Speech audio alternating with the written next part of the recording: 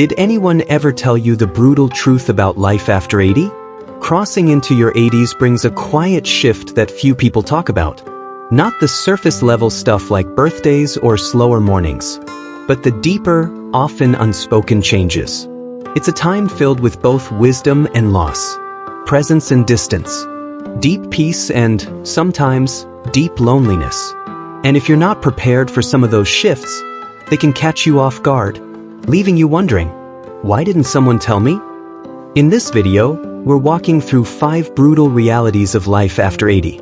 Not to scare you, not to depress you, but to offer clarity. Because when you see these things coming, you're no longer at their mercy.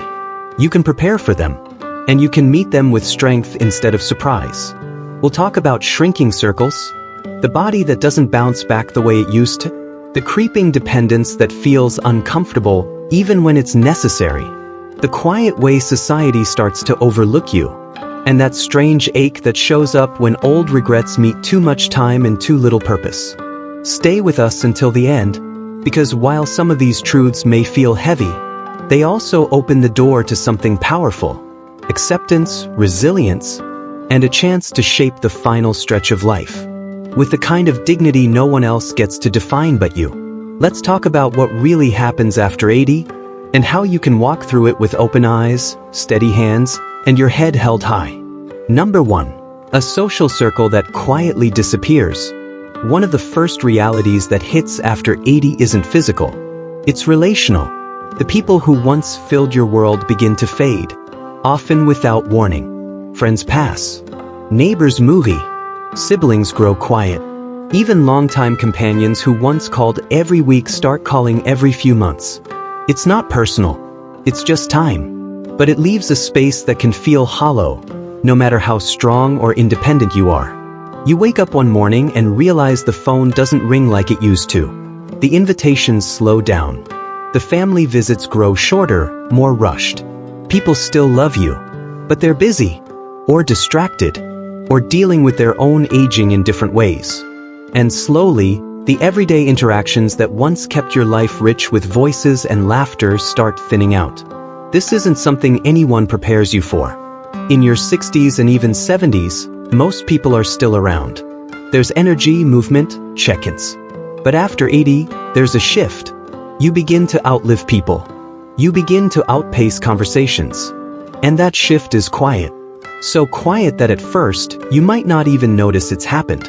I knew a man named Walter, 84, who used to go to the same coffee shop every morning for years. The staff knew his order. His friends met him there without texting first. It was a rhythm. But over time, those friends stopped coming. Some passed. Some moved. And others just stopped driving. One day, Walter told me, "It's strange to walk into a place where everyone used to know your name, and now you're just the man in the corner booth." The pain of that kind of loneliness isn't always loud. It doesn't always come with tears or visible grief. Sometimes it's just a long silence after dinner, or a walk that feels a little too quiet. It's realizing that the list of people who really know you is getting shorter, and you can't stop it. But knowing this reality means you can do something about it. You can open new doors, even when others have closed.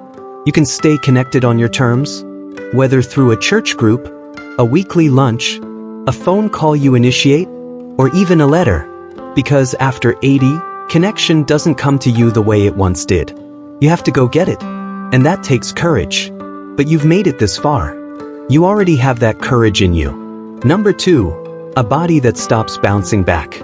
By the time you reach 80, your body doesn't whisper, it speaks clearly. The little aches that used to come and go now linger. The fatigue that once passed after a nap might stretch into the next day. And the truth that catches many people off guard is this: after 80, even small health problems can change your life overnight. You might wake up feeling fine, go about your day, and by evening, something feels off. A little dizziness, a sore leg, a cough that sticks around longer than expected. And suddenly, you're sitting in a waiting room hearing words like monitoring, imaging, or possible admission. What used to be brushed off with rest now demands attention. And often, there's no going back to how things were before. What makes this stage so difficult isn't just the physical pain. It's the unpredictability. You can do everything right. Well, move gently, get your sleep, and still feel like your body is one step ahead of you, making decisions you didn't agree to. A misstep on the stairs can lead to weeks of recovery. A stomach bug can drain you for days. And even when you recover, things don't always return to normal. Your balance might feel off. Your breathing might take more effort. The bounce back isn't what it used to be. I once met a woman named Gloria, 81, who was sharp, active, and proud of her independence. She loved tending her backyard garden, walking the neighborhood, staying engaged with her book club. But after a minor fall while trimming a rose bush, everything changed. It wasn't the injury, she said. It was the aftermath. Weeks of rest turned into months of reduced strength. Her confidence slipped. I thought I was just taking a break, she said. But my body treated it like a full stop. That's the part no one tells you. At 80, rest is not always restorative in the same way. It can turn into decline if you're not careful. And sometimes, even when you're careful, your body decides to slow down anyway. You realize, you're not bouncing back. You're adapting forward. But here's the strength in knowing this.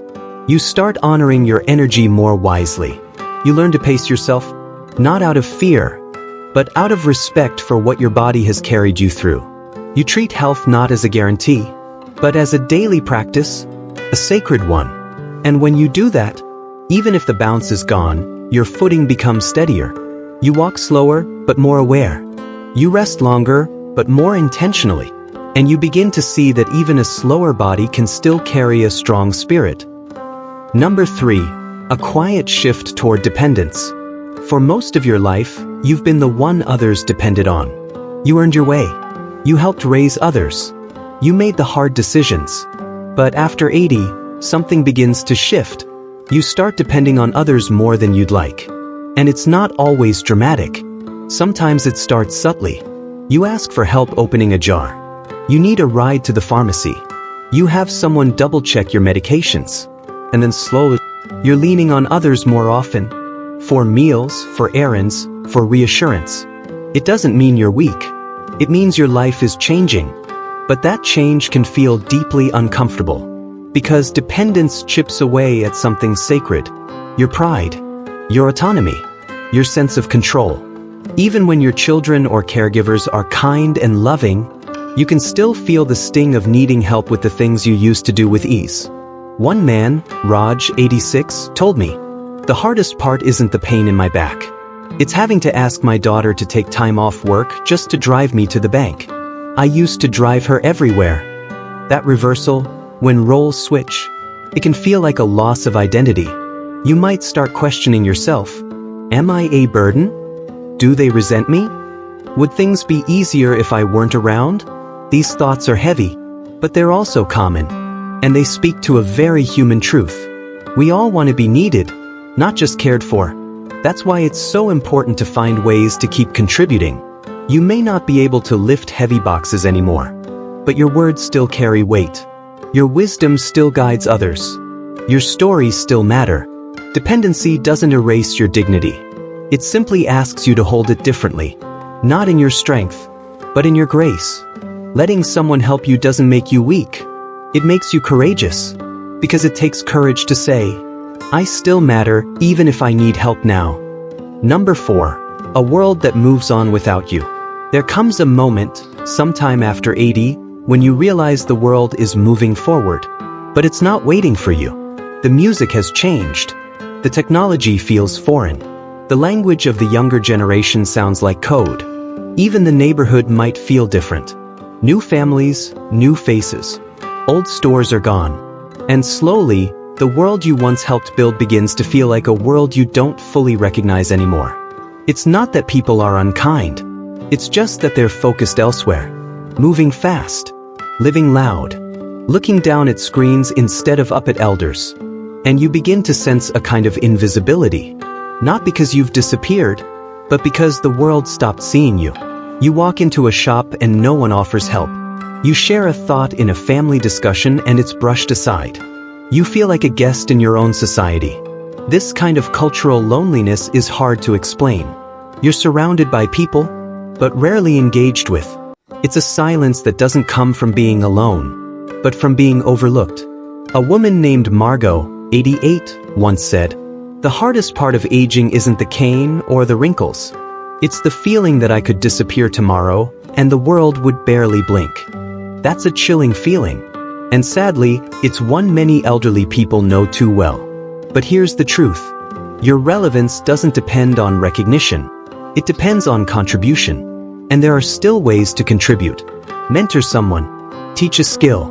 Share your life story with your grandchildren. Not everyone will listen, but some will.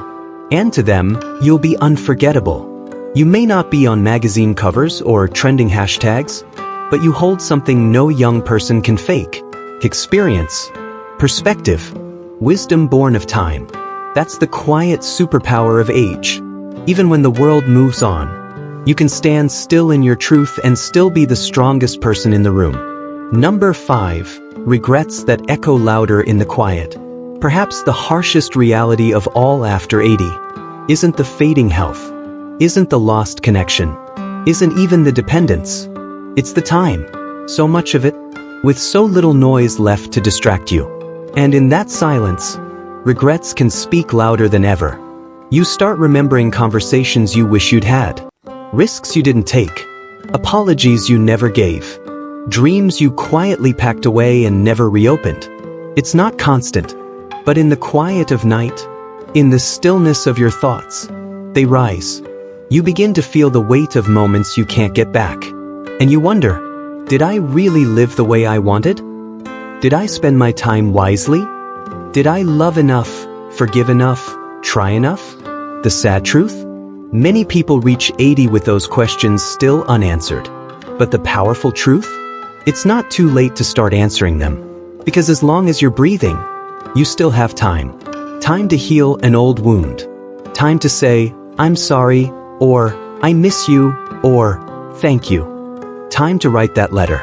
Tell that story. Share that part of yourself you always held back. Yes, after 80, the future is shorter, but that makes every day even more valuable. You don't need years to make peace with your past. Sometimes a single act of honesty can change everything. Don't let silence win. Speak what's in your heart. Live now with the kind of intention you wish you had back then. Because regret is heavy, but redemption is still possible. Even now. Especially now. Conclusion. What to do with these truths. So now that you've heard these 5 harsh truths, what do you do with them? You don't run from them. You don't deny them. You don't let them define you. You face them. You embrace them. And you use them to build a new kind of strength. Not the strength of muscles or memory, but the strength of presence, gratitude, humility, clarity. Because after 80, your life is no longer about proving yourself. It's about being fully yourself. And the truth is, that's a kind of freedom younger people only dream of. If this video gave you something to think about, something to feel, or something to face, then you're not alone. Aging isn't easy, but it's also not meaningless. There is purpose here. There is beauty here. There is still life here. And most of all, there's still you here. Exactly where you're meant to be.